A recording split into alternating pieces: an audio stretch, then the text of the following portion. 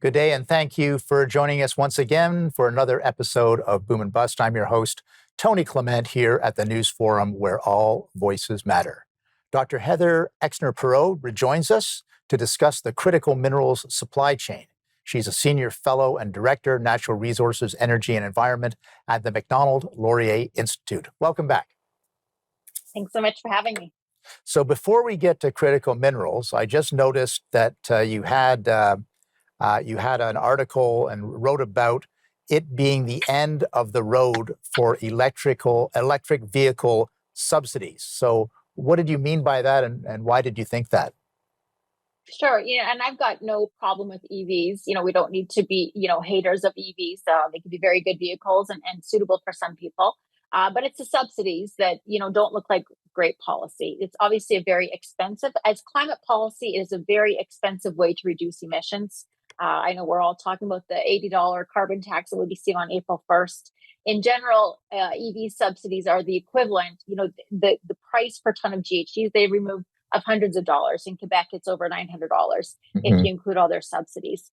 And they're probably the most regressive climate policy. So whereas carbon tax has at least the virtue of redistributing wealth to lower income Canadians, EVs, as we know, the owners tend to be higher income, urban, own their homes, have a garage. And so we are subsidizing really the wrong Canadians. So no quarrel with EVs or EV makers. I want them to succeed. But very poor public policy, I think, to be subsidizing them to the extent that we do. Gotcha. Okay, makes sense. Let's go back, rewind to further along or further behind on the supply chain and talk about critical minerals then. I'm thinking lithium, cobalt, and the like. Why do you say that they are a key to keeping Canada's global influence? Well, I mean, Canada is the second largest country. So we just happen, by virtue of, the geographical luck to have quite a few critical minerals. Right now, and I think people are becoming aware of it, China controls the critical mineral supply chain to a great extent, especially in the processing, but they are also the world's number one miner, which I don't think people always appreciate. On the raw material side, too, they're dominant. But the other countries that would be, critical minerals are geographically concentrated. Usually it's 3 countries that will have more than 50% of supply for the ones that we're discussing. And so when we talk about friendshoring, when we talk about an energy transition, when we talk about security supply chain, obviously we would like Western countries, advanced democracies to start producing more.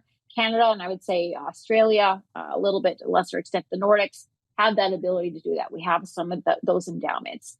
And our calling card, let's be honest about it, for Canada, with our allies in the world, our soft power comes from our natural resources. We should be using our oil, our natural gas, our uranium, our critical minerals much more strategically to advance our interests and our values on the world stage.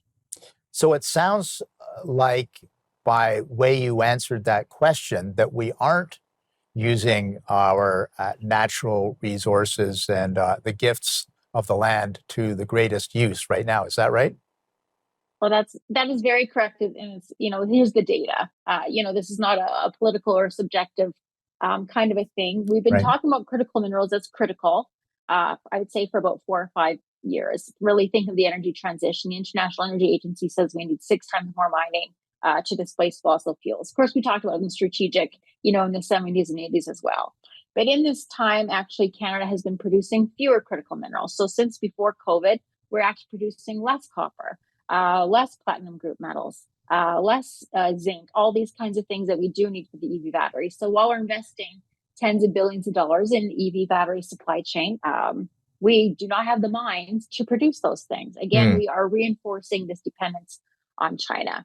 And so, and I was at PDAC recently, I'm sure many of your viewers were too, or familiar with it. There was a real chasm between what politicians are saying on the need for critical minerals. We do have strategies, we do have MOUs, and what the critical mineral sector is actually seeing in terms of investment. And so, I mentioned this many times, global capital expenditures in the mining sector peaked in 2013. Right. And we've added 1 billion humans since then.